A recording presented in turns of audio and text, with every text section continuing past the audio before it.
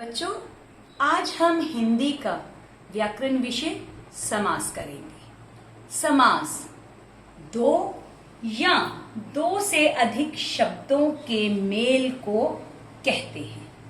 ठीक है, उदाहरण देखते हैं पहले। पुस्तक का आल्य। अब इसमें देखो शब्द हैं, दो हैं, पुस्तक का आल्य।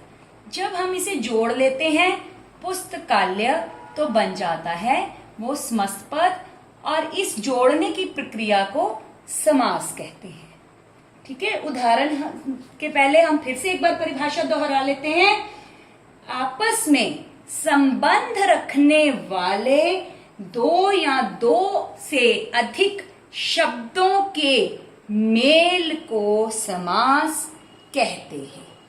ठीक है, तो उस मेल से जो प्रक्रिया होती है, तो वो प्रक्रिया से जो शब्द बनता है वो समस्त पद कहलाता है। समस्त मतलब पूरा, पद मतलब शब्द। ठीक है, अब आपको ये ध्यान में रखना है कि पद का मतलब यहाँ पे शब्द है, सार्थक शब्द। ठीक है, जिसका उचित मतलब हो, अर्थ हो। जैसे देखिए, अब एक और उदाहरण देखते हैं। घोड़े पर सवार। घोड़े पर सवार, जब हमने इसका समास बनाया, ठीक है, इनका मेल किया तो बन गया समस्त पद घुड़सवार। ठीक, तो परिभाषा याद रखनी है कि दो या दो से अधिक शब्दों के मेल को समास कहते हैं और उनसे बनने वाले शब्द समस्त पद कहलाते हैं। अब एक चीज और ध्यान में रखने वाली है। समस्त पद को दोबारा खोलने की प्रक्रिया को क्या कहा जाता है? समास विग्रह। क्या विग्रह मतलब तोड़ देना। ठीक है, तो उसे दोबारा जब खोला जाता है तो उसे समास विग्रह कहा जाता है। इसी को दोबारा देखो, अगर पुस्तकाल्य, इसको हम दो हिस्सों में बांटेंगे तो बन जाएगा पुस्तक का आल्य। तो ये विग्रह हो गया, ये समस्त पद हो गया।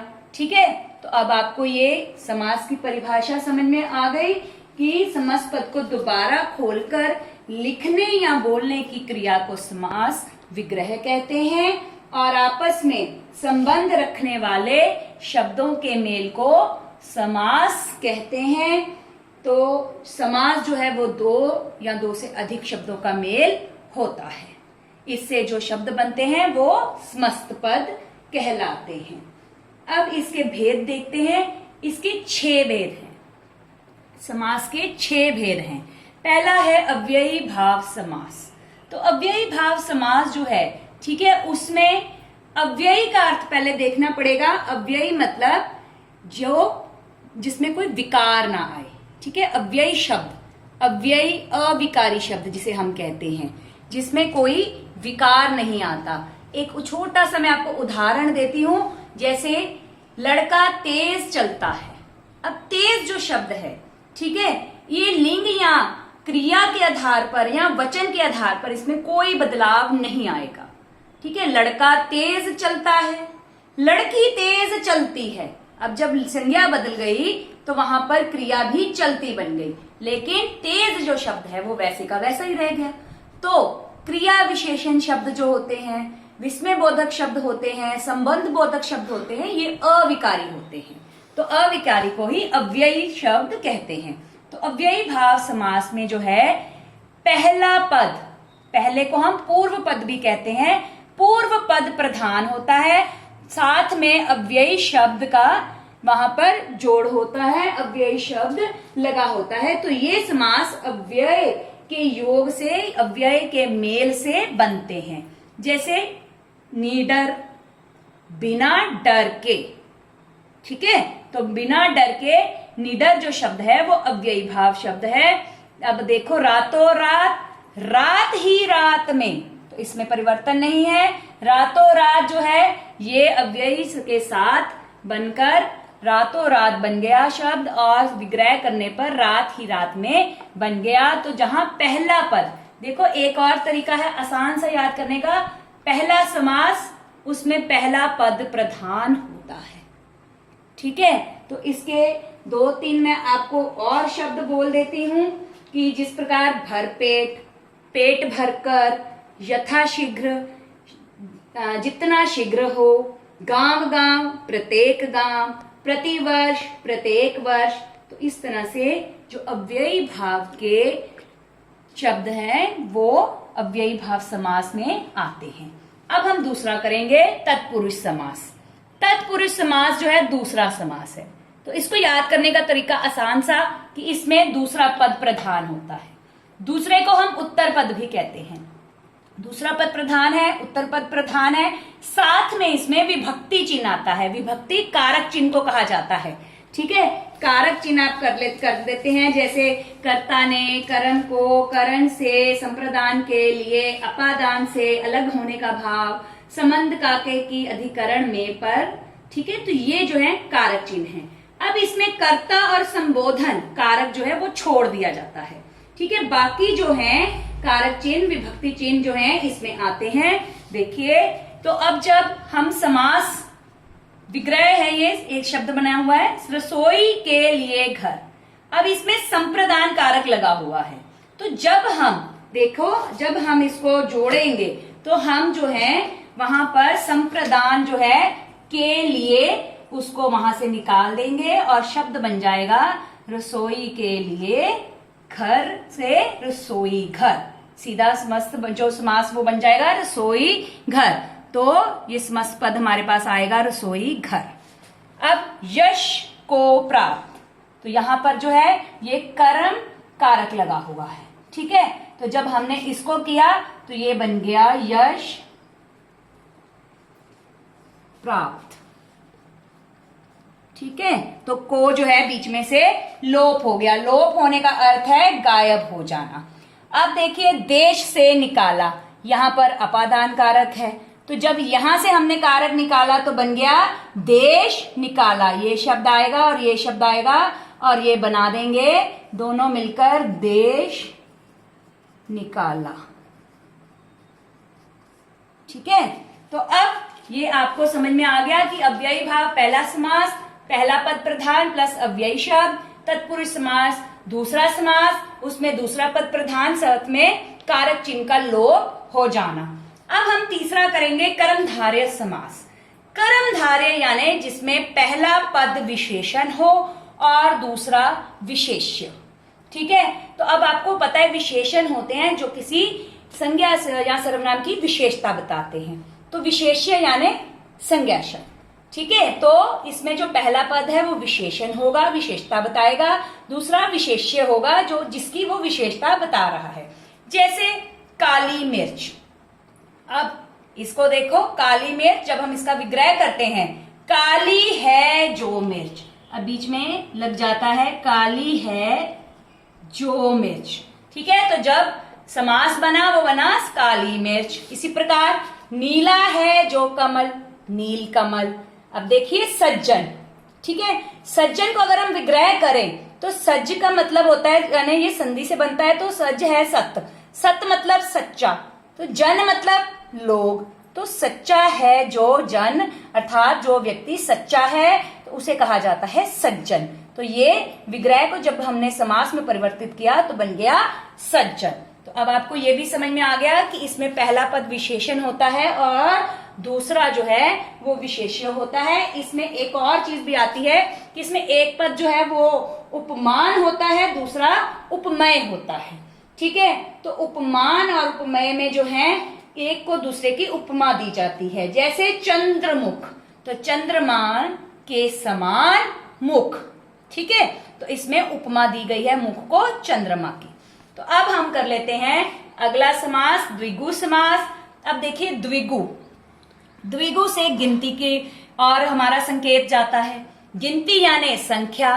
तो जिस, ठीक है, समास में जिस समास पद में पूरा पद यानी पहला पद संख्यावाची हो, संख्या मतलब 2, 3, 4, 5 इस प्रकार से संख्या आ जाए। ठीक है, जैसे पंचतंत्र, 5 तंत्रों का समूह, तो पंचतंत्र बन गया 5। अब देखो संख्या आ गई 5। ठीक है, तंत्र मतलब किताब जिस पे बारे में बात की जा रही है, तो उसका समूह। अब इसमें एक और चीज आपको याद रख लेनी है, द्विगु समास में पहला पद संख्यावाची, साथ में समूह या समाहार शब्द का प्रयोग होता है। समूह या समाहार, चौराहा, चार रास्तों का समाहार, तिरंगा, तीन रंगों का समाहार। ठीक है, इसके अतिरिक्त आप ये भी लिखे त्रिफला, तीन फलों का समाहार। ठीक है, चवन्नी, चार आनों का समूह। तो इस प्रकार ये गिनती में आते हैं। ठीक है, दोपहर, दो पहरों का समाहार। तो ये गिनती जहां पर पहले आ जाएगी।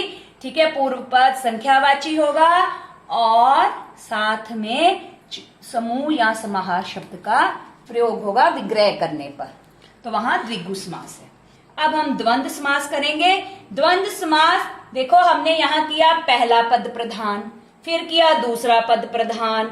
ठीक है, अब हम आते हैं यहां पर द्वंद्व में, जहां ना पहला पद प्रधान है ना दूसरा पद प्रधान है, वहां दोनों पद समान है। दोनों पद समान है, साथ में योजक चिन्ह का प्रयोग होता है। साथ में योजक चिन्ह, ये बात आपने जब याद रख लेनी है कि योजक चिन्ह का प्रयोग होता है तो आपको बहुत ही आसान हो जाएगा। ठीक है, तो विग्रह करने पर क्या होगा, हमारा और, एवं, तथा, अथवा शब्दों का प्रयोग होगा। देखिए, माता और पिता। अब माता शब्द भी उतना ही महत्वपूर्ण है, पिता शब्द भी। ठीक है, तो पहला पद भी प्रधान हो गया, दूसरा भी हो गया। तो जब विग्रह किया तो और लगा दिया, विग्रह काटा तो वहां से माता पिता बन गया और योजक चिन्ह लगा दिया। देखिए, पाप पुण्य, अब यहां पे योजक चिन्ह लगा है, अगर विग्रह करेंगे तो हम और लगा देंगे। ठीक है, इसी प्रकार हार और जीत, तो जो शब्द दोनों में समानता देख रहे हैं हम, तो दोनों पद समान है। ठीक है, और योजक चिन्ह का प्रयोग किया गया वहां द्वंद्व। ठीक है, द्वंद्व मतलब एक जैसा। ठीक, द्वंद्व युद्ध भी सुना होगा, दो व्यक्तियों के बीच। ठीक, तो ये द्वंद्व समास है, तो यानी दोनों पद जिसमें बराबर है। अब हम छठा देखेंगे, बहुब्रीहि समास। बहुब्रीहि समास, इसमें देखिए ना तो पहला पद प्रधान है ना ही दूसरा पद प्रधान है। ठीक है, अब देखो एक बार फिर से चलते हैं। अव्ययी में पहला पद प्रधान, तत्पुरुष में दूसरा पद प्रधान, द्वंद्व में दोनों प्रधान। अब बहुब्रीहि, जिसमें पहला पद और दूसरा पद मिलकर अन्य पद की ओर संकेत करते हैं, किसी अन्य की विशेषता बताते हैं, वहां पर बहुब्रीहि समास होता है। ठीक है, तो दोनों की बात ना करके किसी तीसरे की बात की जा रही है, किसी तीसरे की ओर संकेत किया जा रहा है। जैसे अब हम देख लेते हैं नीलकंठ। ठीक है, नीलकंठ यानी नीला है जिसका कंठ। अगर अब किसी ने नाटक में कुछ भाग लिया है और अपने कंठ को नीला बना लिया तो उसे हम नीलकंठ नहीं कह सकते। ठीक है, वो अलग चीज है। अब हम जब नीला है जिसका कंठ कहते हैं तो हमारे जो है मस्तिष्क में, दिमाग में एक नाम आता है, वो है शिव। ठीक है, तो ये जो शब्द है नीलकंठ शिव के लिए प्रयोग होता है। ठीक, इसी प्रकार लंबा है जिसका उदर, उदर मतलब पेट, तो लंबा है जिसका उदर मतलब जिसका पेट लंबा है, वो किसके लिए हम कहते हैं, लंबोदर। लंबोदर कौन, गणेश जी। ठीक, अब देखो चक्रधर, चक्र को धारण करने वाला अर्थात कौन है, वो है कृष्ण जी। ठीक, तो इन जब नामों के साथ इनकी विशेषता जब जुड़ती है तो तीसरी की ओर संकेत करती है। इसमें पहला पद और दूसरा पद मिलकर अन्य की ओर संकेत करते हैं, तो तीसरा पद प्रधान होता है। इसमें ना पूरब पद प्रधान है ना उत्तर पद प्रधान है। ठीक है, इसी प्रकार देखो दशानन, 10 हैं जिसके सिर, सिर आनन को सिर कहा जाता है, तो जिसके 10 आनन हैं वो किसके लिए आता है, वो रावण के लिए आता है। ठीक है, तो हम रावण के लिए ये शब्द प्रयोग करते हैं दशानन। ठीक, तो बच्चों ये था हमारा समास। ठीक है, तो इसके आप अभ्यास कीजिए, अलग अलग शब्दों को प्रयोग कीजिए, उन शब्दों के साथ अभ्यास कीजिए, तो आपको समझ में आएगा समास। तो इसको आप वीडियो को ध्यान से देखिए। ठीक है, ओके, धन्यवाद, नमस्कार।